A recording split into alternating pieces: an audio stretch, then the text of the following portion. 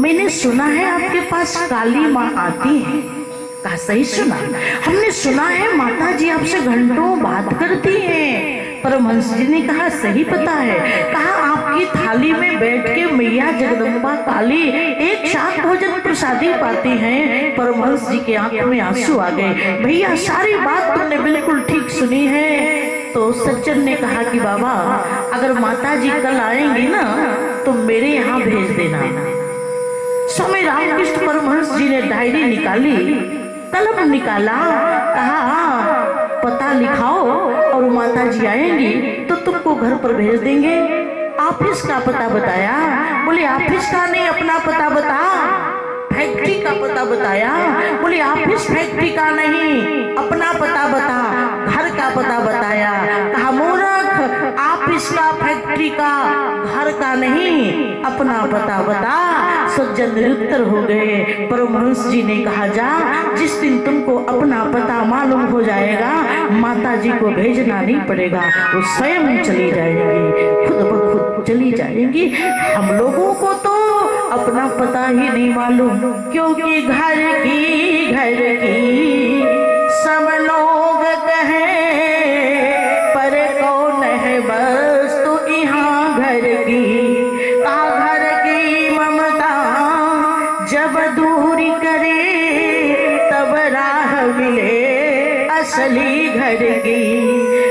घर की बुर भक्ति भोले बम की, नर का है गोयास करे नर की नर जानी पड़े, हर झाड़ी कहे प्रभुता नर की। भगवान की बातों को छोड़ करके हम माया प्रपंच में लगे हैं। ब्रह्मा जी ने कहा मैं बड़ा परेशान हुआ अपने जन्म का पता लगाने के लिए। तो जिस नाभि कमल से मेरा जन्म हुआ था उस कमल में सैकड़ों नाल लगे थे। तो उस नाल को पकड़ करके मैं ऊपर नीचे कई बार चक्कर काटते रहा। एक एक नाल में सैकड़ों वर्ष तक ब्रह्मा जी रहे। समझ में नहीं आया क्या हुआ, कहाँ से मैं आया हूँ। उस समय आकाशवाणी हुई। आकाशवाणी ने कहा ब्रह्मा जी तपस्या करो।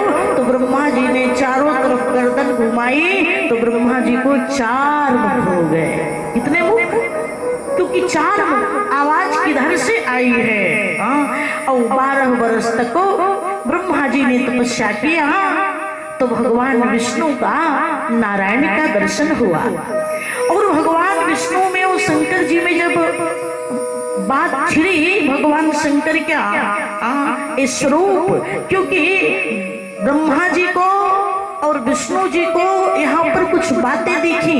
एक तो प्रकाश दिखा, दूसरा स्तंभ नुमा कुछ आकार दिखा, और तीसरा एक बड़ा सुंदर लिंग दिखा। तो लगा कि ये क्या है। और तब ब्रह्मा जी और विष्णु जी बार बार ऊपर नीचे इस भगवान शंकर के ज्योतिर्लिंग पर चक्कर काटते रहे। विष्णु जी को तो बात समझ में आ गई, लेकिन ब्रह्मा जी को जल्दी बात समझ में नहीं आई। शिव पुराण में चर्चा आती है कि इस लिंग के दक्षिण तरफ आकार था, उत्तर तरफ उकार था और मध्य में मकार था। यानी हम लोग बोलते हैं ना ओम, अकार, उकार और मकार। शिव पुराण में चर्चा आती है भगवान ब्रह्मा जी ने, भगवान विष्णु ने शंकर जी की प्रार्थना किया कि शिवा भक्ति शिवे भक्ति और शिवम भक्ति भवम भव, अन्यथा शरणम नास्ति त्वमेव शरणम मम। हे भगवान भोलेनाथ, आपकी महिमा को भला कोई कैसे जान सकता है। आपके आपके शरीर से निकले हुए हम लोग हैं, हम आपकी संतानें हैं, मुझसे गलती हो गई। आपकी महिमा को जाना चाहा स्वयं को, लेकिन इस लिंग के बारे में, ज्योतिर्लिंग के बारे में हम सोचने लगे। इसलिए हे रुद्र भगवान, हमारी गलती को क्षमा करिए। कहा रुद्र भगवान आप क्या करो शंकर जी? बोले रूपम देहि यशो देहि भोगम देहि च शंकर अभुक्ति मुक्ति फलम देहि गिरद्वार्घ्यम नमोस्तुते।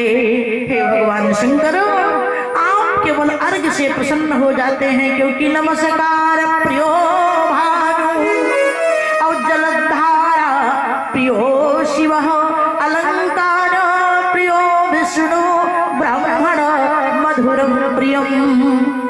अलग अलग देवताओं की पूजा का अलग अलग विधान है। भगवान सूर्य नारायण को प्रसन्न करना है तो माताएं क्या करती हैं? बोले छठ का व्रत करती हैं इस पवित्र कार्तिक मास में, चैत्र मास में। अगर ये हम नहीं कर सकते तो प्रत्येक दिन प्रत्येक व्यक्ति को, प्रत्येक हिंदू को पात्र में लोटे में जल लेकर के और लाल लाल फूल लेकर के पूर्व दिशा में भगवान सूर्य को खड़े होकर के अर्घ देना चाहिए। क्यों? भगवान सूर्य नारायण प्रणाम करने से, अर्घ देने से, नमस्कार करने से प्रसन्न हो जाते हैं। और शिव पुराण में चर्चा आती है, ग्रंथों में चर्चा आती है मेरे भाई बहन, अगर किसी को अस्किन की बीमारी है तो सूर्य नारायण की उपासना करे तो अस्किन की बीमारी में आराम मिलेगा। अगर किसी बालक का पूजा पाठ में मन नहीं लगता या विद्या अध्ययन में मन नहीं लगता तो भगवान सूर्य नारायण बुद्धि के देवता हैं, आप उनको प्रणाम करिए। और तीसरी बात, आपके जीवन में गरीबी बहुत है तो सूर्य नारायण को प्रणाम करिए। गारंटी है व्यास मंच की, आपके जीवन में कभी गरीबी नहीं आएगी, दरिद्रता नहीं आएगी, लेकिन शर्त है नमस्कार प्रियो भानु। और भगवान शंकर को प्रसन्न करना है, एक लोटा जल लाइए, गंगा जी का हो तो बहुत बढ़िया, और गंगा जी का ना हो तो हैंडपंप का ही नल लाइए, जलाइए नल का और चढ़ाइए और मुख से बोल दीजिए हर हर महादेव। तो हर हर को उल्टा करिएगा तो क्या होगा? रह रह। हम लोग कहते हैं हर हर, तो बाबा कहते हैं रह रह। तुमको क्या चाहिए? भक्तों ने कहा बाबा लिस्ट तो बड़ी लंबी है, आप दोगे क्या? आप तो भोले हो। शंकर जी ने कहा देखो, संस्कृत में भो माने हे होता है, भो वो साधो क्षणम तिष्ठ, भो माने हे। शिव जी के मंदिर में जाकर साधक भक्त ने कहा भो हे, तो शिव जी ने कहा ले, और भक्त भगवान दोनों की बात को मिल गया, हो गया भो ले। ऐसे भगवान शिव चर्चा आती है। उजली रात चल रही थी, एक चोर था मेरे भाई बहन, चोर का काम था चोरी करके अपनी रोजी रोटी को चलाना। लेकिन अब बिजली जल रही है, प्रकाश है, चोरी कहाँ करूं? तो गांव के बाहर शिवालय था, और शिवालय में बस ऐसे कुंडी लगी रहती है, क्योंकि शंकर जी के कान नाक में कोई गहना तो होता नहीं और डरता नहीं। तो चोर ने कुंडी खोला और देखा तो बढ़िया पीतल का घंटा भारी सा टंगा है। सोचा आज घंटा उतारूंगा, बाजार में कल इसको बेचूंगा और इसी से 10-20 दिन का काम चलेगा। पर एक मामला फंसा, चोर को लगा कि मेरा कद छोटा है, एक घंटा ऊंचाई पर टंगा है, क्या करूं? चोर देखा न आओ न ताओ, बस भगवान शंकर के शिवलिंग पर चढ़ गया और घंटा उतारने लगा। सो बाबा प्रकट हो गए। बोलिए शंकर भगवान की। बोले बाबा ने कहा प्रसन्न हूं, वर मांगो।